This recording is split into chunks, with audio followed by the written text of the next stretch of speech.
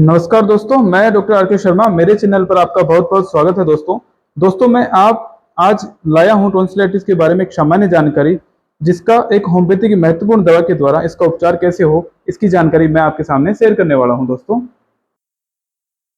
जो ये मैं आपके सामने स्क्रीन शेयर कर रहा हूं दोस्तों, जिसमें किसी व्यक्ति के जो टॉन्सिल्स हैं वो सूज जाते हैं, तो वो कैसे दिखते हैं आपको दिख रहा होगा दोस्तों। देखो तो दोस्तों, यहाँ पे दिख रहा होगा ऐसे ये टॉन्सिल्स आपको दिख रहे होंगे। इस पे जो स्वेलिंग जो हो रखी है, स्वेलन टॉन्सिल है दोस्तों। इसके अलावा इसमें एक व्हाइट व्हाइट जो स्किन का ये पेज बना हुआ है दोस्तों, ये जो पेरेन्काइमाइटिस और फॉलिकुलर टॉन्सिलाइटिस की अगली स्टेज होती है दोस्तों, है ना। टॉन्सिल नॉर्मल टॉन्सिलाइटिस से आगे की जो स्टेज होती है, उसमें ये जो स्किन का कवर आ जाता है दोस्तों, ये पेरेन्काइमाइटिस टाइप की त्वचा होती है ना दोस्तों। आप यहाँ पे एक चित्र देख रहे होंगे, जहाँ पे टॉन्सिलाइटिस का एक नॉर्मल है, एक तो नॉर्मल चित्र है जहाँ पे आपको नॉर्मल, जहाँ पे टॉन्सिल्स हैं वो नहीं दिख रहे हैं दोस्तों, अगर मुंह में अपन देखते हैं।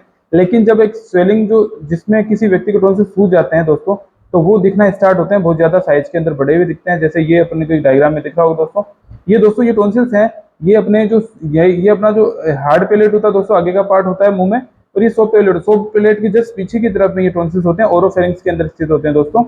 और ओरोफेरिंक्स के अग्र और पश्च भाग के अंदर, है ना दोस्तों, यहाँ पे स्थित होते हैं। यहाँ अपनों को मुंह जब खोल के देखा जाता है किसी व्यक्ति का, तो ये इस तरह के नॉर्मल, वैसे नॉर्मल होते हैं। नॉर्मल स्वेलिंग थोड़ी सी छोटी, नॉर्मल जो नॉर्मल टॉन्सिल्स होते हैं वो नॉर्मल दिखाई देते हैं, छोटे से।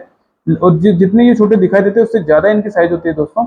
और यहाँ पे अगर किसी व्यक्ति की स्वेलिंग आ जाती है, तो दोस्तों ये बहुत बड़े बड़े दिखने लग जाते हैं दोनों साइड में। अगर किसी के राइट में होते हैं, किसी के लेफ्ट में हो सकता है दोस्तों, किसी के राइट में सूजन होती है, किसी के लेफ्ट में। दोस्तों हम यहाँ पर जो दवाई देखने वाले हैं वो राइट और लेफ्ट दोनों में अलग अलग दवाइयां कौन कौन सी यूज कर सकते हैं टॉन्सिल स्वेलिंग में, जो महत्वपूर्ण दवाइयां उनके बारे में पढ़ने वाले हैं दोस्तों। ठीक है दोस्तों।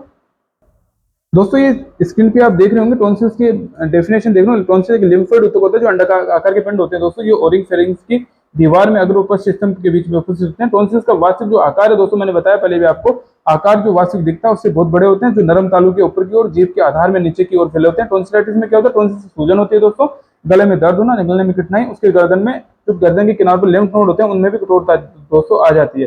जो लिम्फ नोड होते हैं, कई बार लोगों को लगता है कि गर्दन के अंदर जो लिम्फ नोड है वो साइज में बढ़ जाती है, तो उनको लगता है मेरे गांठ जैसा कुछ हो गया। लेकिन दोस्तों ये टॉन्सिल्स की जब किसी व्यक्ति की टॉन्सिलाइटिस बार बार होता है, तो वहां पे उसकी ये लिम्फ नोड्स की कठोरता सामान्य होती है दोस्तों, इसमें घबराने की जरूरत नहीं होती है।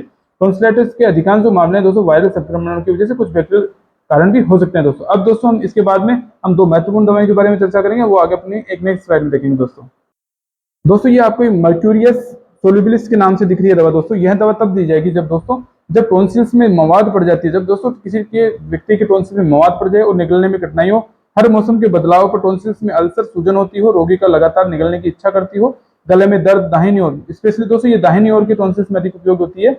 गले में खराश हो तब सूजन कान की तरफ फैलती हो, गले में जो सूजन हो कान की तरफ फैलती हो, गले में जलन होती हो, दर्द, जैसे कि गले में ऐसा दर्द होता है जैसे गर्म भाप ऊपर की ओर उठ रही है। ज्यादातर तकलीफ रात में बिस्तर की गर्मी से, नमी से, ठंडा मौसम हो, बरसात के मौसम में बढ़ जाती है। मकसोल का रोगी प्रश्न का, अब इसके जो मेंटल कंडीशन होती है दोस्तों, इसकी स्टेट कैसी होती है, इसके रोगी को अगर प्रश्न का उत्तर देना होता है तो उसमें समय लगाता है, और स्मरण शक्ति बहुत कमजोर होती है, इच्छा शक्ति भी कमजोर होती है किसी काम को करने की। रोगी की किसी पर भी भरोसा नहीं करता है, यानी कि वो सस्पिशियस नेचर का हो जाता है। मकसोल का जो रोगी होता है मानव थर्मामीटर की तरह होता है, उसको सर्दी और ठंड दोनों ही उनके प्रति संवेदनशील होता है दोस्तों। इसके आगे हम जो मेडिसिन पढ़ने वाले दो इसके जो पार्ट हैं, मर्क्यूरिस आयोडेटस रूब्रम और एक मर्क्यूरिस आयोडेटस फ्लेवम। दोस्तों ये दोनों दवाइयां हैं। ये रूब्रम है, ये अपने को लेफ्ट साइड के टॉन्सिलाइटिस में उपयोगी होती है दोस्तों, लेफ्ट साइड का जो होता है, और ये जो फ्लेवम होती है ये राइट साइड के टॉन्सिलाइटिस में उपयोगी होती है दोस्तों। अपन को यहाँ देखेंगे राइट साइड की और ये लेफ्ट साइड बाईं ओर की तरफ के। और इसके जो सामान्य सिम्टम्स होते हैं दोस्तों ये होते हैं। दोस्तों इसको अगर मेडिसिन के बारे में आप देखना चाहें तो इसकी फोटो अपना आप शेयर कर रहे हैं। ये दो फोटो हैं दोस्तों, ये मर्क आयोड फ्लेवम है दोस्तों, ये फ्लेवम होती है राइट साइड के में, और ये जो रूब्रम होती है वो लेफ्ट साइड के टॉन्सिलाइटिस में उपयोगी होती है दोस्तों। ठीक है दोस्तों, यह हमारी एक सामान्य जानकारी है दोस्तों, जो महत्वपूर्ण दवाई है इसके, है ना।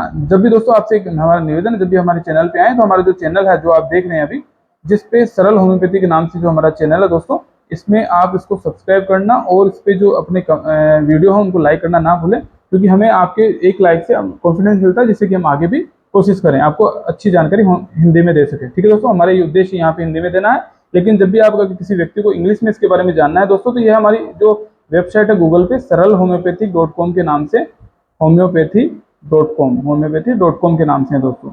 इस पे आप पूरा इंग्लिश में भी इसके बारे में पढ़ सकते हैं दोस्तों। ठीक है दोस्तों, थैंक यू, धन्यवाद।